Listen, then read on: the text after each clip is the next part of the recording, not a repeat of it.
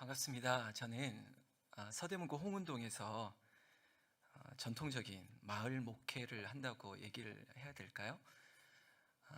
51주년 된 교회, 전통적인 정말 대한예수교 장로의 합동이라고 하는, 글쎄요, 여러분들 그 색깔과 뉘앙스가 느껴질지 모르겠지만요, 제가 이렇게 저보다 나이 어린 귀한 형제님들, 자매님들 이렇게 많이 앉아서 저를 바라봐 주는 것만으로도 얼마나 설레고 좋은지 모르겠습니다. 늘 제가 이렇게 얘기하거든요. 우리 형님들, 우리 누님들, 그리고 우리 아버님, 어머님들 좀 잘 봐주세요. 목사가 부족해도 이쁘게 봐주셔야 되지 않겠습니까? 이런 레토릭을 많이 썼던 목사가 오늘 이렇게 서니까 그냥 막 설레네요. 너무 좋고 너무 감사합니다. 특별히 2024년에 첫 번째 금요 집회인데 뭘 믿고 저를 불러주셨는지 모르겠지만 기대에 부응해야 될 텐데 굉장히 두렵습니다. 떨리고요. 그렇지만 꼭 드리고 싶은 얘기 꼭 하고 가고 싶습니다. 그래서 오늘 시편 51편의 얘기를 드릴 텐데요. 제목이 결심이 필요한 순간들이라고 아주 많이 좀 이렇게 마사지를 해놓은 것 같은 제목 아닙니까?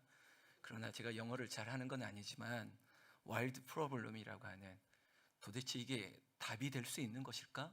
이게 답이 있는 그런 대답과 문제일 것인가 하는 많은 인생의 난제들이 분명히 있을 것입니다.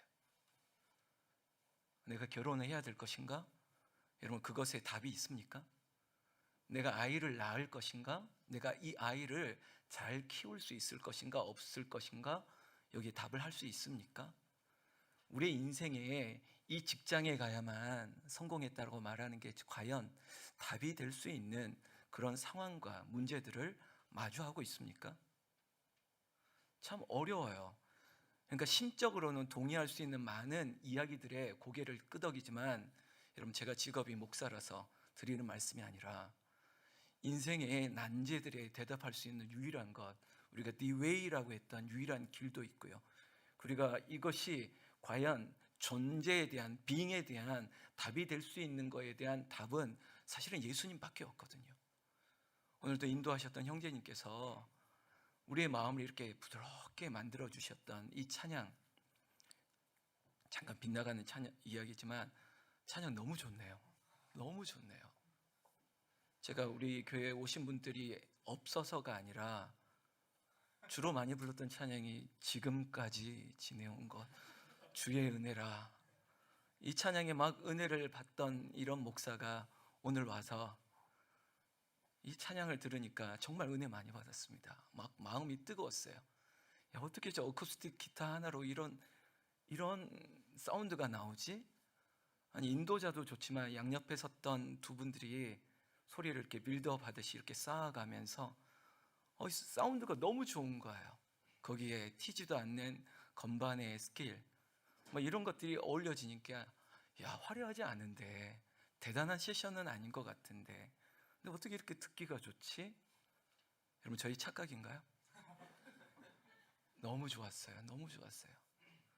그래서 마지막에 불렀던 주 앞에 엎드려 하면서 삶의 예배를 부르시는데, 사실은 제가 있는 교회가 전통적인 어르신들이 많은 교회인데 고집을 부려서 마지막 파이널 송을 제가 이 찬양을 하거든요.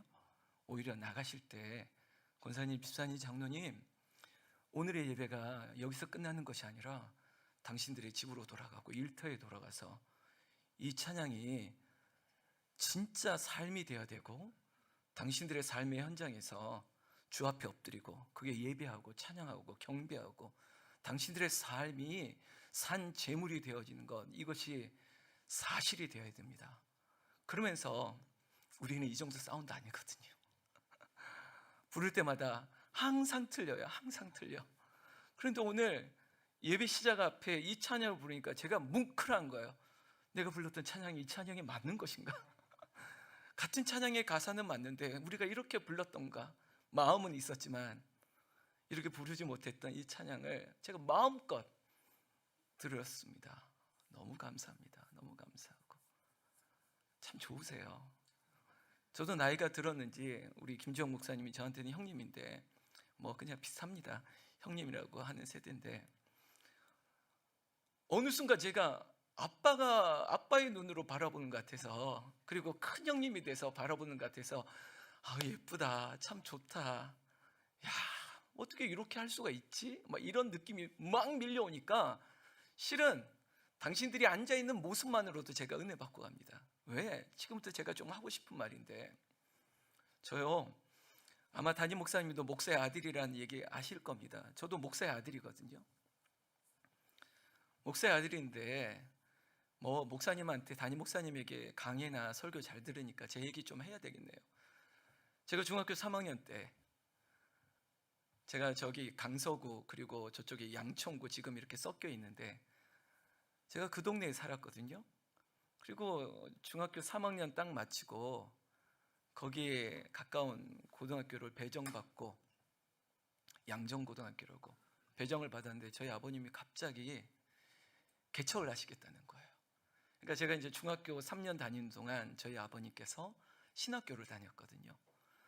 그러니까 그 신학교를 다니는 것도 이해가 안 됐던 스토리들이 있거든요. 아니 왜 갑자기 신학교를 가냐고. 그 신학교를 가서 3년 동안 그냥 나는 우리 아버지가 뭐 하시는 분이지? 왜 갑자기 왜 신학교를 왜 가지? 그런데 신학교를 마쳤던 시간에, 아니 제가 고등학교 이제 입학하고 준비해야 되는데 갑자기 그때 느낌입니다. 갑자기 삐를 받으셨는지 전국에 있는 외국인 선교사님이 통계냈던 자료 중에 교회가 없는 지역들을 찾아다니기 시작하더니 어느 날 저희 가족들에게 선포를 하는 겁니다. 여기로 개척을 해야겠다고. 그곳이 경기도 이천군 율면 북도 1리 312-3번이라고 하는 곳이었습니다. 충북 음성과 맞닿아졌던 정말 벼농사 특화 지역이었는데, 면소재지에서 여러분들은 이해되지 않는 측정 거리의 용어인데 십리가 떨어져 있는, 여러분 십리가 몇 킬로인지 아시죠? 예, 그 정도 떨어져 있는 면소재지에서 버스가 하루에 5번 들어가는 지역에 교회가 없는 곳이라고 해서 저희 아버님이 개척을 시작했습니다. 그 얘기를 하길래 저는 남의 일인 것처럼 그분이 결심을 했다고 하니까, 그분이 결심을 했다 그러니까 나와는 상관없는 결심이고, 결국 이 결심이라는 게 초이스거든요. 당신의 선택이지라고 남의 일인 줄 알았어요. 그런데 그 다음에 이야기가 온 가족이 같이 가야 된다는 거예요. 이거는 나와 합의되지도 않고 나의 선택도 아니었고 나의 결심도 아니었던, 당신의 선택과 결심을 따라가는 문제에 직면하게 되었던 거죠. 어떻게 해야 됩니까? 그저 마치 끌려가듯이 그곳으로 갔는데 한 학년에 한 반밖에 없는, 그래도 공부를 한다는 애들은 읍내로 나가고 그리고 어디로 나가고, 여기는 고등학교 졸업장만 따야 되는 학교가 하나 있는데 한 학년에 한 반만 있습니다. 아직까지 생생한데 이렇게 두 분단이 있으면 한 분단은 옛날 말입니다. 상과, 한 줄은 보통과, 이런 종합고등학교에 배정을 받는 순간 이 선택은 도대체 누구를 위한 선택인 것인가? 나는 이제부터 어떻게 해야 되는 것인가? 여러분 3년 동안, 여러분 제 인상이 어떨지 모르겠지만 제가 그 오래된 사진에 그 3년의 제 얼굴이 있는 사진들을 보면, 여러분 지금도 별로 좋은 얼굴은 아닌데 그때 고등학교 얼굴 보면 아, 이거는 저도 깜짝 놀라요. 극심하게 싸웠습니다. 원망했습니다. 왜 나를 여기에? 여러분, 그래서 이제는 회자되어지는 추억처럼 말할 수 있겠지만 그 3년은 처절했습니다. 물론 오늘 제목처럼 와일드라고 하는, 정말 여기가 야생이구나, 여기서 내 인생에 무엇을 찾을 수 있을까라고 하는 고민이 아니, 그 고민은 이제 포기였어요. 그냥 주어진 시간들을 보내야 되겠다고 했던 3년. 그 3년의 스토리가 정말 말할 수 없었습니다. 이거 저희 집사람이 함께 있는데 제 왼손 손목에는, 제가 정말 우리 교회 목사님이 잘 말씀해 주셨는데 우리 교인들 오시면 안 되는데 제 손목에는 지워지지 않는 흔적이 있습니다. 저희 아내는 이제 몇 번 들었지만 제가 고등학교 2학년 때 자해를 했거든요. 자해를 했는데 그 흔적이 지워지지가 않아요. 너무나도 시간이 오래 지나서 그냥 지역에 있는 보건소에서 처리를 했던 그런 수술이었기 때문에 여전히 남아있는, 지워지지 않는 이 흔적. 여러분, 제가 그 순간에 무슨 결심을 했을까요? 마치 인생의 난제와처럼 내가 살아야 될 것인가, 죽어야 될 것인가, 내가 여기서 무엇을 할 수 있는 것인가, 나에게 미래는 있는 것인가. 그래서 차라리 죽는 게 낫지 않겠느냐, 이런 고상함도 아니에요. 그냥 술로 쩌든 그 순간에 소위 말하는 객기를 가지고 했던 그 선택, 그게 무슨 결심입니까? 여러분, 이 일이 수습되고 나서 내가 뭐라고 부모에게 얘기하겠습니까? 저희 아버님과 극심한 갈등, 그러나 마치 중재자가 되었던 어머니의 그 상황들, 그분에게 내가 무슨 말을 할 수 있겠어요? 거짓말하고 그런 일 아니었다고, 이렇게 잘못해서 이렇게 됐다고. 그랬던 청소년 기회가 3년이었습니다. 이 자리에 대학생들 많으시죠? 대학에 간신히 들어갔습니다.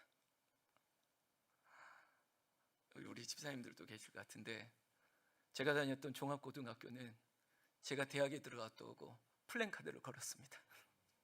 그 지역에 한 번도 4년제 대학에 들어간 적이 없었다고. 그런데 제가 들어갔던 4년제 대학이 절대 대학에 대한 순위나 비하는 아닙니다. 아마 그렇게 플랜카드가 걸려야 될 대학이 아니었습니다. 그래도 그 학교는 역사적인 일이었습니다. 더군다나 그 역사적인 일, 팩트였지만 더군다나 교회 아들이라고 하는 제가 공부도 안 한 것 같은데 대학에 들어갔다 하니, 여러분, 제가 그 선택이 제 자의적인 선택도 아니었습니다. 여러분들, 제가 오래된 세대라고 느껴지는 말을 할게요. 그냥 전기, 후기, 한번 치러야 되는 시험에 전기에서 떨어지고 후기에 간신히 맞춰서 들어가서 대학 들어갔습니다. 여러분, 저의 결심과 저의 선택은 아무것도 없었습니다. 결심이 필요한 순간들이라고요? 여러분들이 답을 찾겠다고요?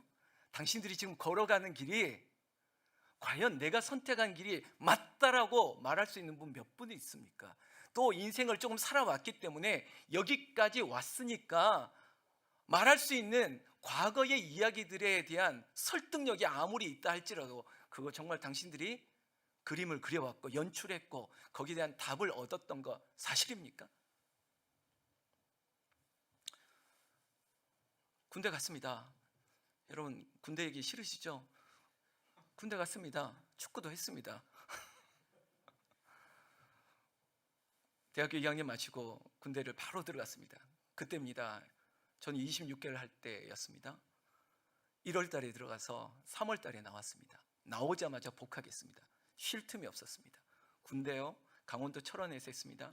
더 하면 그만하라 그럴 것 같아서 철원에서 열심히 하고 제대했습니다.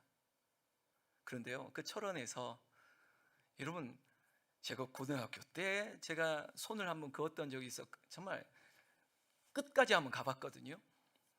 대학 때도 마찬가지였습니다. 잘 노는 선배, 잘 노는 막 그런 뭐 학생이었습니다. 그리고 군대에 갔을 때 2년, 여러분, 제가 어떻게 교회에 있으리라고는 상상을 못했습니다. 제 선택이 아니었습니다. 그런데 제가 교회에서 2년 동안 있었습니다. 2등병 때 육군훈련소에서 나오자마자 자대에 배치, 제가 육군 저 논산에서 저 밑에 진해까지 내려갔다가 쭉 올라가는데 계속 올라가더라고요. 강원도 철원 내렸습니다. 그런데 그 다음 날부터 제가 딱 하나, 목사 아들이라고 했던 인사 기록 때문에 교회에 들어갔습니다. 마침 제가 들어갔을 때 제대를 앞두고 있는 그 한 분 때문에 제 선택이 아니었습니다. 그리고 그때 교회에 있으면서 건축을 했습니다. 지금 양재에 있는 횃불 센터에 있는 횃불 여선교회에서 건축비 전액을 대주었습니다. 여러분, 건축을 하리라고 생각도 못했습니다. 제 선택이 아니었습니다. 저의 결심도 아니었습니다. 하나님의 시간들이었을 것 같습니다.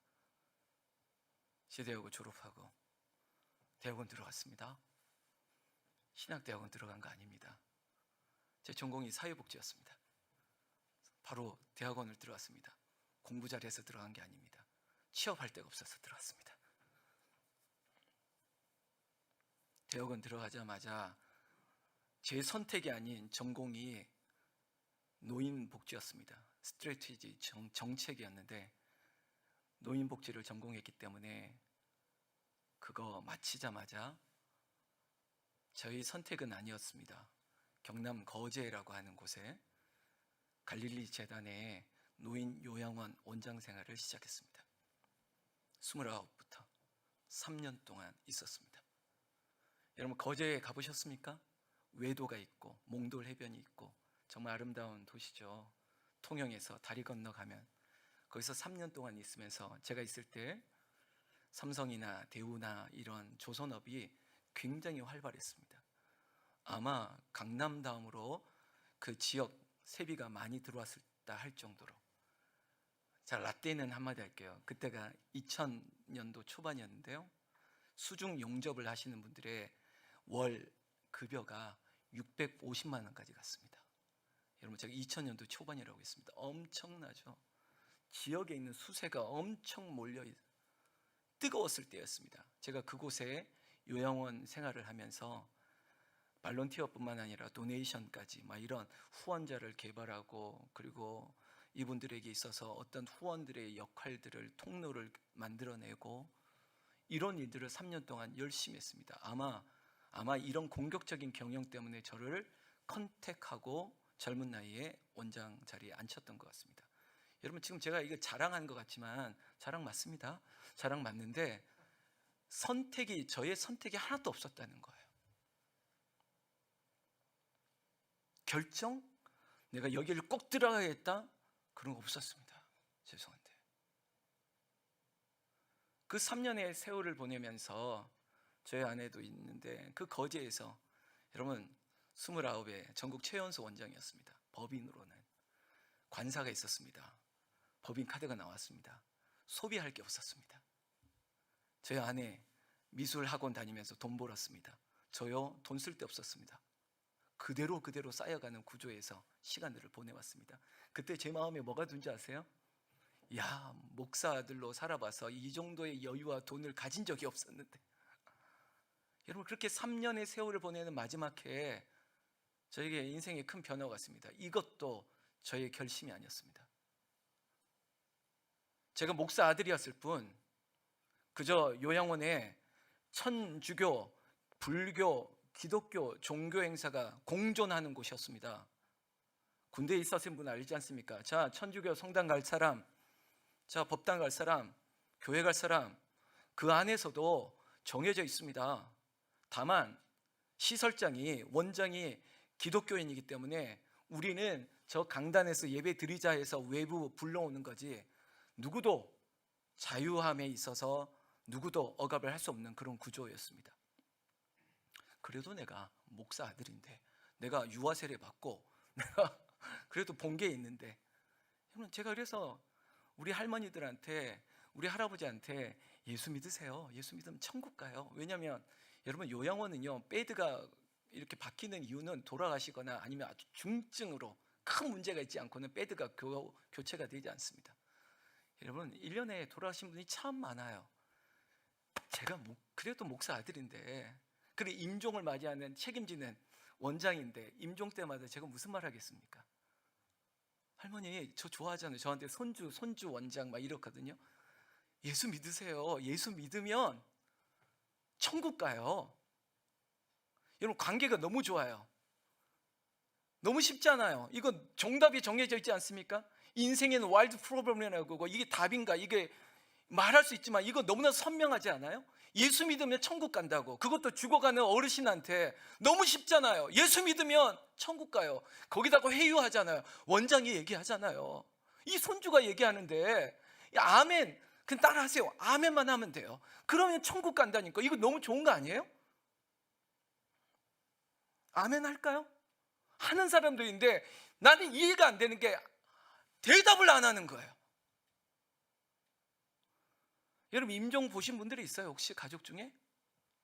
여러분 임종의 순간에 그 눈빛을 본 분은 있습니까? 저희 어머니가 돌아가신 지가 한 10년 이상 된 것 같고요. 저 아버지가 돌아가신 지가 지금 한 4년 된 것 같아요. 저희 아버님, 어머님 둘 다 돌아가셨습니다. 일찍 돌아가셨어요. 저희 어머니는 간암 말기로 돌아가셨습니다. 저희 아버지는 위암 말기, 간암까지 와서 합병으로 해서 돌아가셨습니다. 저희 어머니 돌아가실 때는 제가 이 불효자 컴플렉스가 있었던 것 같아요. 야, 이 고집센 남편 목사 그리고 이 아들 사이에, 아니 제가 아까 경기도 이천구 율면 북도 1일 312-3 얼마나 공기 좋은 곳에 술 담배를 하시는 분이 아닌데 왜 간암, 급성 간암 말기 왜 그렇게 돌아가셔야 됐지? 저 같은 불효자 컴플렉스 있는 사람은 나 때문인가? 나 때문에 그 고등학교 시절부터 그렇게 속썩였던 이것 때문인가? 그리고 저희 아버님 돌아갈 때도 또 여러분 혹시 뭐 의료 관계자분들이 있습니까? 저에게 큰 병력이 있지 않을까요? 어머님, 아버님.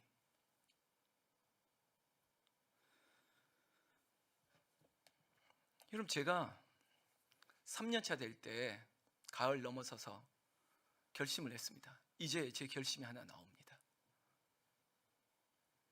신학교 가야겠다. 너무 스킵하는 얘기인 것 같지만 드라마틱하지만 저희 스스로는 제 마음에 그런 마음이 꿈틀꿈틀 들었습니다. 저희 아버지가 있는 곳이 이천구 율면 북들이라고 있는데 저희 총신대학교가 가까이 있는 신대원이 양지거든요. 아주 가까워요. 한 30분 거리입니다. 저희 아내와 결혼할 때 저희 아버님이 굉장히 반대했거든요.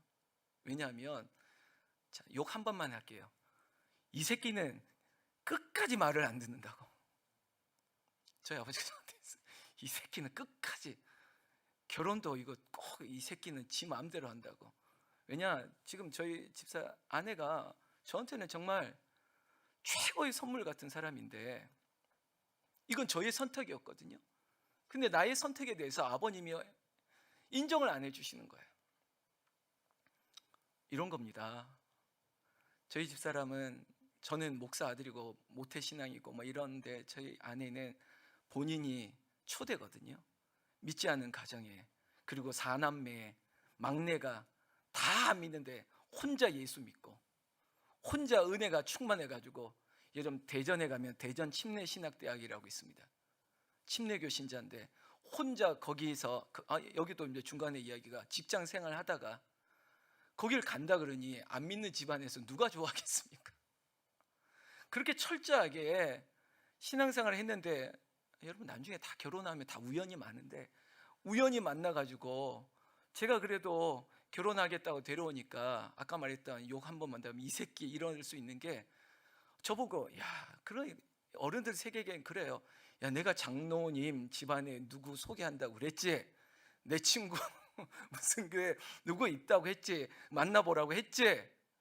근데 갑자기 어느 날 한마디도 얘기하지 않다가 결혼하겠다고 데려왔는데 이건 하네요. 뭐 이렇게 국룰 같은 거잖아요. 물어보잖아요. 집안에 대해서. 부모님은 교회 다니냐고. 제가 대신 되지 안 다닌다고. 여러분 반대가 너무 심했거든요. 그러나 저희 선택이었습니다.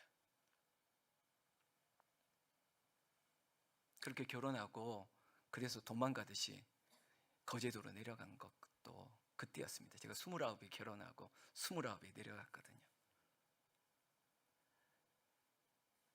신학교 아까 우리 같은 반이었다 그러는데 신대원 마치고 바로 이게 좀 규모 있는 교회 부목사 생활을 한번 했습니다. 그리고 또 직전에도 규모 있는 교회에서 부목사 생활을 했습니다. 그리고 지금 담임 목사로 있는 교회에 오게 된 것, 여기서부터 하나님의 선택들이, 하나님의 일들이 시작되기 되었습니다. 여러분, 제가 신학교를 가야 됐다 했을 때 그 순간 저희 아버님은 저에게 그때 딱 한 번 고맙다고 하더라고요. 고맙다고. 네가 내 기도 응답을 줬다고. 귀에 박힌 말이었거든요. 너는 뭐 소원했다고. 뭐 당신이 소원한 거랑 나랑 무슨 상관이야. 내가 가면 가는 거고 못 가면 안 가는 건데, 소원했다 그러니까 너무 우습지 않아요? 내가 안 하면 안 하는 건데, 내가 안 하려고 그래도 이쪽 학문을 했고, 정말로 뭐 세상 말로 잘 빠졌고 잘 되고 있는데, 나는 스스로 이렇게 결심하리라고 상상을 못 했는데, 내가 이제 신학교를 간다 그러니 저희 아버님의 그 일성 고맙다고. 그러면서 정말 관계 좋지 않았던 우리 부자가, 제가 신학교 다니면서 저희 아버님이 세웠던 개척했던 교회 이름이 북두교회였거든요. 북두교회 전도사로 3년 동안 같이 있으면서, 저희 집사람, 저희 어머님이 그 농촌 개척교회를 하다 보니까 죽 배달하고 노인들 모아서 아픈 사람 이거 하고, 그리고 주변에 있는 음식 못 드는 분들 다 모아서, 제가 그래서 삐뚤어져 나갔는데 한 번도 우리끼리 밥 먹어본 적이 없거든요. 그러니까 어머니가 한 4시부터 일어나가지고 밥 차려야 되고 하는데, 저희 집사람이 이제는 신대원 다닐 동안 같이 있어야 되니까 저희 엄마 생활 패턴에 똑같이 움직여야 되니까 저기도 죽을 맛이었죠.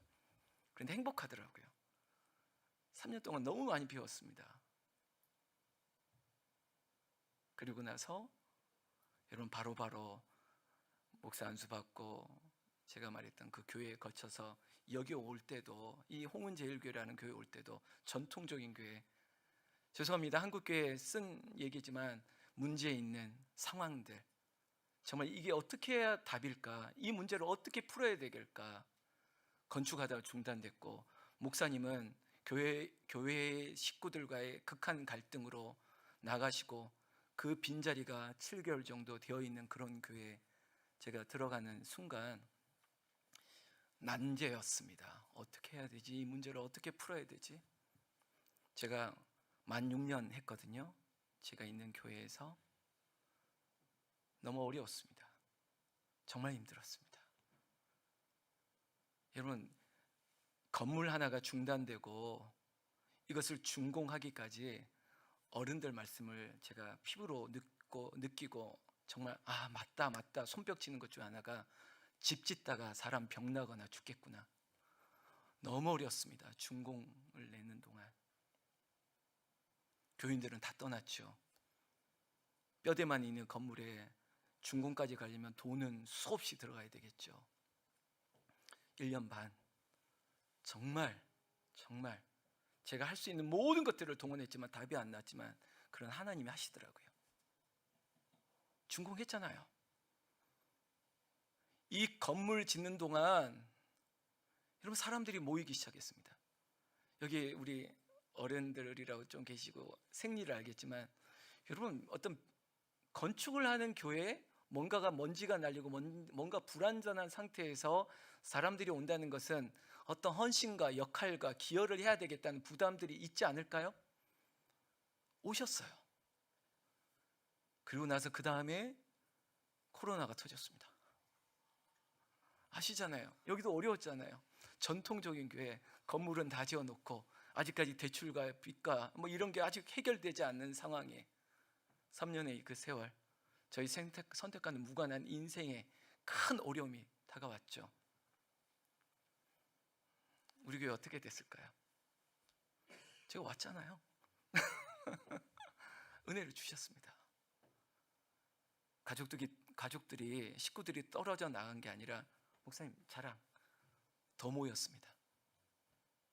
코로나 때 저희 성도들이 더 늘어났습니다. 아니, 그러니까 우리 교회 수준에서 얘기하는 겁니다. 많이 늘었습니다. 그리고 지금 큰 변화를 놓고 기도하고 있는 중에 있습니다. 제가 그림을 그렸을까요? 아니에요. 하나님이 하셨어요. 여러분, 특히 이 자리에 있는 우리 정말 귀한 청년 여러분들, 여러분들이 읽는 성경 가운데 그래 사람들이 마음으로 자기의 길을 계획하고 내가 아무리 준비할지라도 그 걸음을 인도하시는 분은 하나님이다, 이런 구절은 다 아시잖아요. 근데 그걸 믿느냐는 거예요. 아는 게 아니라 정말 믿느냐는 거예요. 제가 살아와 보니까, 아니 제가 여기까지 짧은 이야기를 했지만 내가 선택한 건 아무것도 아니더라고요. 하나님이 선택하게 하시고 하나님께서 결심하게 하시고 인생의 난제와 같은 이 질문들 앞에 선명한 답을, 정말 내가 감히 비틀 수 없는 압도적인 하나님의 강력함으로 밀어붙일 때, 여러분 여기 군소리 할 필요가 없더라고요. 아멘, 따르겠습니다. 여러분 오늘 제목이 거창한데 별거 아닙니다.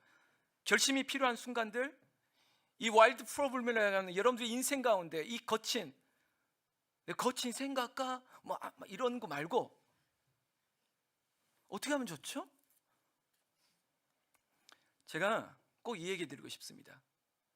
제가 마음의 변심, 내가 결심, 내 안에 선택을 할 때 항상 따랐던 하나님이 아주 정말 날카롭게 저에게 찔렸던 마음이 있습니다. 그걸 저는 이 단어로 꼭 얘기하고 싶은데, 이 회개라는 겁니다. 회개. 이 책 마이튼 로이드 존스가 썼던 시편 51편을 가지고 쓴 책입니다. 저는요 이거 정말 수십 번 읽었습니다. 아니 특히 어떤 결단과 그리고 어떤 변화와 이런 순간에 다시 한번 읽고 다시 한번 읽습니다. 왜냐하면 여기에 나의 자아가, 아니면 내가 이 사실에 대해서 왜곡하는 진실은 없는 건지, 그리고 내가 덮으려고 하는 무언가가 있는 건 아닌지, 이런 거 있잖아요. 제가 서울대학 못 간 이유는 이때 환산 점수 때문에 갈 수 있었는데 못 갔다라고 하는 혹여라도 그런 변명이나 그런 덮는 문제 말고, 내가 정말 안 되는 거 있어서, 내가 분명히 막힌 거 있어서, 뭔가 주춤거리는 거에 있어서 도대체 이유가 뭘까라고 했을 때 진짜 이유가 뭔지. 여러분 시편 51편은 시편 150편이라고 하는 이 많은 시편 중에 가장 위대한 참회의 시라고 불리는 겁니다. 참회의 시예요. 그리고 이 시편 자체가 다윗의 시잖아요. 더 리얼리티하게 얘기할까요? 여러분들이 가지고 있는 쉬운 성경이든 어떤 성경의 표제로 보면 설명을 이렇게 합니다. 인도자를 따라 부르는 노래이고, 그리고 시에 흐르는 내용은 이거 아닙니까? 다윗이 밧세바를 범행한 거 아닙니까? 더 쉽게 남의 유부녀 데려와 가지고 동침한 거 아닙니까? 더 리얼하게 얘기해야 됩니까? 그리고 나서 이 일 때문에 어떤 일이 일어났습니까? 알잖아요. 다 알잖아요. 이 일의 끝에 이 51편은 이 일로 인해서 그 시대의 나단이라고 하는 선지자가, 당신이 왜 남의 집에 있는 귀한 물건을, 그 귀한 소유를 왜 빼앗아 가지고, 당신의 그 죄 때문에 이스라엘의 어려움이, 이스라엘의 멸망이, 이 모든 것 누구 때문인지 아십니까? 당신 때문이에요 라고 하는 이 총부와 같은 무명의 한 선지자의 지적질에 다윗은 지금 결심해야 될 순간이 왔습니다. 제가 말하는 이 결심은 인정해야죠. 여러분 당시에 왕이라고 하는 권력은 지금의 어떤 나라의 어떤 지도자의 권력보다 더하겠죠. 여러분 이 정도쯤이야 덮을 수도 있을걸요? 그런 유혹이 없었을까요? 그런 선택을 하지 않았을까요? 하고 싶은 유혹이 없었을까요? 야, 헛소리 하지 마. 나 그런 사람 아니야. 완벽하게 뭔가를 덮을 수 있는 조작과 할 수 있는 사람이에요. 그런 위치에 있는 사람이에요. 그런데 오늘 담임 목사님과 여기 있는 우리 가족들이 교독해서 서로 번갈아 가면서 읽었는데 흐르는 정서는 이겁니다. 제가 이렇게 표현합니다. 자필 진술서와 같은 거예요. 인정하는 거죠. 변화는 인정하면서부터 시작돼야 됩니다. 어떤 인정인 줄 아세요? 내가 문제라는 거예요. 더 얘기하면 내 죄과로 인한 것이다 라고 하는 인정이 없으면 어떠한 새로운 변화가 절대 일어나지 않습니다. 시편 51편 1절에 이런 얘기 있지 않습니까? 내 모든 잘못을 없애 주소서. 잘못을 잘못이라고 인정하는 것, 이게 훌륭한 것입니다. 여러분, 우리는 때로는 이렇게 얘기합니다. 아니, 목사님도 잘한 거 없잖아요. 아니, 순장님도 뭘 잘했다고 그러세요? 아니, 우리만 잘못한 거 아니잖아요. 아니, 누가 짧은 치마 입고 다니랬어요? 아니, 잘못을 저지른 놈이 어떻게 그런 소리를 하냐고요. 이러한 말이 교회 공동체 안에도 들어오면 이건 위험합니다. 철저하게 내가 잘못이고 나의 잘못을 없애주시고, 우리 공동체의 변화를 위해서는 뭐 다른 종교에서 얘기하고 다른 곳에서 얘기하는 내 탓이오라고 세상도 이 정도 얘기하는데, 왜 교회에서는 왜 내 탓이 아니에요? 다윗 입장에서 제가 이런, 아니야, 충분히 좀 많이 좀 줘서 이해하길, 아니 누가 이 밤에 나보라고 그렇게 옷 벗고, 아니 누가 거기서 왜 그렇게 샤워하라고 했냐고. 여러분, 고증적으로 본다면 여러분, 이스라엘의 그냥 신분에 따라서, 우리는 안 그렇지만 우리는 저 달동네가 높을수록 가난하다는 이런 폄훼도 있었지 않습니까? 그런데 이스라엘은 이게 사실이거든요. 왕이 있으면 그 밑에 경사로 이렇게 뚫고 내려가는 게 뭐 당연한 거였어요. 자, 그런 구조 아래서 왕이 내가 보고 싶어서 봤냐고, 잠이 안 와서 나왔는데, 아니 저 여자가, 아니 남편이 전쟁에 나갔으면 아니 그냥 소복 입고 기도나 하고 있어야지 왜 나와서 샤워하고 난리냐고. 자신의 잘못을 인정하지 않고 너 때문에 이렇게 됐다라고 하는 이런 비열한 회개나 변명이나 이런 거 없이 내 잘못입니다, 누가 얘기하면 내가 잘못한 거 인정합니다. 여러분, 이게 용기 아닙니까? 이게 인생의 난제들 가운데 당신이 새로운 결심과 선택을 하기 위해서 나를 인정하지 않고는 어떠한 변화도 없습니다. 여러분, 그럼에도 그가 이 일 때문에 우리가 믿고 보던 다윗도 이 간음이라고 하는 남의 여인을 범했던 이 죄를 덮기 위해서, 여러분, 죄는 큰 확산, 전염, 파괴력이 있거든요. 특히 이 자리에 있는 우리 청년들, 남자 좋고 여자 좋죠, 이성 간에 좋죠. 그래도 책임 없는 짓 하면 안 됩니다. 목사님, 옛날이 아니라니까요. 왜 나의 순결과 정결과 깨끗함을, 왜 하나님 말은 알고 있는 코람데오 앞에서 왜 그걸 숨기냐고요. 결국은 다윗이 이렇게 범죄했던 이유가 뭘까요? 죄 지으니까 그래요. 죄는 또 다른 죄를 낳죠. 남편 살인 교사 있지 않습니까? 이런 걸 결심하나요? 비겁하게? 완전 범죄 만들려고 했지만 하나님 앞에 완전 범죄가 어디 있습니까? 하나님이 나잔 선지자에게 다 알려줬잖아요. 가서 얘기하라고 얘기했습니다. 오늘 여러분, 저 이제 내려갈 겁니다. 여러분 가지고 있는 삶의 이야기 가운데 숨기고 싶은 것이 있습니까? 하나님 앞에 얘기하세요. 고상하게 아닌 척 하지 말고 하나님 앞에 낱낱이 얘기해야 됩니다. 그게 회개죠. 그런데 이 회개에 하나만 더 나아간다면, 당신이 저지른 잘못에 관련된 사람에게도 회개해야 됩니다. 하나님에게만 했다고 끝나는 그런 비겁함 말고 찾아가서, 목사님 잘못했습니다. 목사도, 집사님 제가 잘못했습니다. 얘기해야죠. 부부라면 여보 내 생각이 틀렸어. 얘기해야죠. 이게 새로워지는 거예요. 인정하고 용서를 구하고, 그리고 하나님 앞에 이제 그리고 나서 새롭게 해달라고 기도해야죠. 새롭게 해달라고 기도해야죠. 10절에 이런 말이 있었습니다. 오 하나님, 내 속에 깨끗한 마음을 만들어 주시고 내 안에 올바른 마음을 새롭게 하소서. 깨끗하고 올바른 마음, 내 힘으로 안 됩니다. 제 힘으로 안 되더라고요. 근데 하나님이 그렇게 하시고요. 또 다르게 놀라운 거는 그 사람에게 내 정직함을, 내가 용서를 구할 때 그 사람의 눈빛을 통해서 내 안에 눈 녹듯한 자유함을 또 주더라고요. 그게 자유함이, 그게 새로워지는 거예요. 새롭게 하소서. 2024년에 우리 드레미 교회가 올바른 믿음과 깨끗한 마음으로, 여러분 저희 얘기만 했지만 김주영 목사님의 여기까지 올 때 얼마나 많은 이야기가 담겨 있겠습니까? 서로 간에 정직하십시오.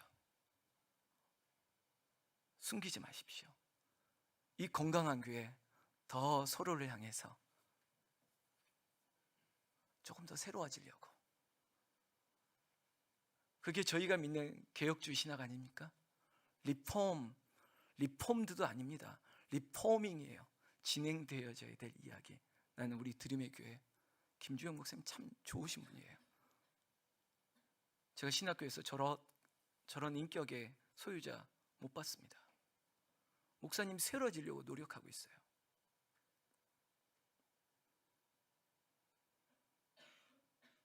여러분들이 서로를 향해서 아름다운 공동체 일궈 나가시면서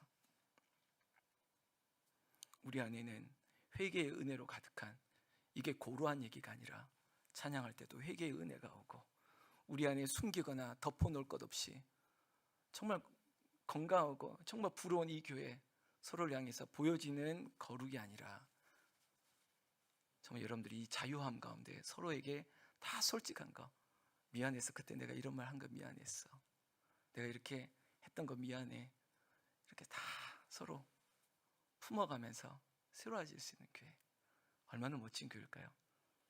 정말 드림의 교회 아닙니까? 꿈의 교회. 그런 교회, 김주영 목사님과 온 교회가 이 와일드 프로블렘은 아무것도 아닌 것처럼 우리 안에는 새롭게 하시는 하나님의 은혜로 주님께서 하실 거야, 주님께서 하셔, 우리는 순종하면서 가는 그런 멋진 교회 되기를 예수님의 이름으로 축복합니다. 축복합니다. 하나님, 성령께서 이 교회 좋아하시고 사랑하시는 거 느낍니다. 여기 있는 우리 형제 자매 지체님들 하나님께서 붙들어 주시고, 김주영 목사님과 하나님이 꿈꾸는 교회, 하나님이 마음에 합한 성도들로 가득 채워진 그런 교회, 늘 결심이 필요한 이 난제 앞에 주님만 바라보면서 아주 단순해지는 그런 교회 되게 하여 주시옵소서. 우리 주 예수님 이름으로 기도 올리옵나이다. 아멘.